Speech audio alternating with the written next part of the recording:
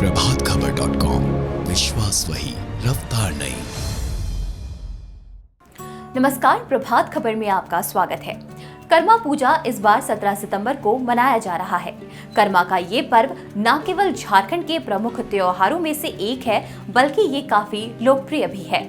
ये पर्व भादो महीने के शुक्ल पक्ष एकादशी के दिन पूरे हर्षोल्लास के साथ मनाया जाता है। तो आइए जानते हैं कि कर्मा के इस पर्व को बहनें किस तरह से मनाती हैं।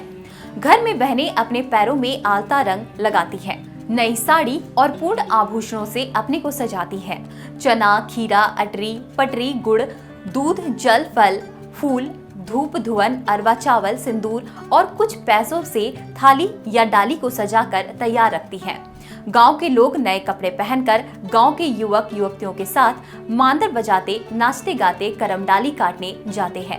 वहां पहुंचकर करम पेड़ का पूरे श्रद्धा से पूजा अर्चना किया जाता है। उसके बाद पेड़ पर चढ़कर 3 डालियां काटी जाती हैं और तीनों डालियों को पेड़ से साथ लेकर उतरा जाता है। इसमें इस बात का ध्यान रखा जाता है कि करम डाली जमीन पर ना गिरे। उसके बाद करम डाली लेकर सभी कोई घर की ओर प्रस्थान करते हैं। घर के आंगन में जहां साफ सफाई किया गया है, वहां विधि पूर्वक करम डाली को गाड़ा जाता है। उसके बाद उस स्थान को गोबर से लीप कर शुद्ध किया जाता है।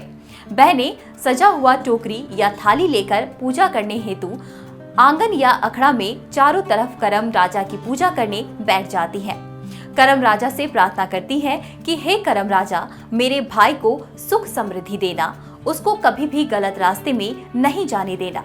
यहाँ पर बहन निर्मल विचार और त्याग की भावना को उजागर करती है।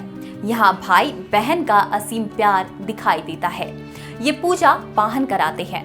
सुबह सभी व्रती बहनें करम राजा से भेंट करती हैं और इसके बाद सभी बहनें एकजुट होकर विसर्जन के लिए जावा डाली को सजाती है। वे कच्चे धागे से पिरोकर उड़हल फूल, गेंदा फूल की मालाओं से सजाती हैं। उसके बाद विसर्जन के लिए निकल पड़ती हैं। उस समय करम राजा का बिछुड़न का भी दुख होता है और इस तरह प्रकृति के प्रति आगाध प्रेम को छोड़ता हुआ करम राजा को नदी या तालाब में जावा डाली के साथ विसर्जित कर दिया जाता है। कहीं कहीं विसर्जन के बाद कुछ पौधों को उठाकर घर लाया जाता है। ऐसा माना जाता है कि इसमें उपज में वृद्धि होती है।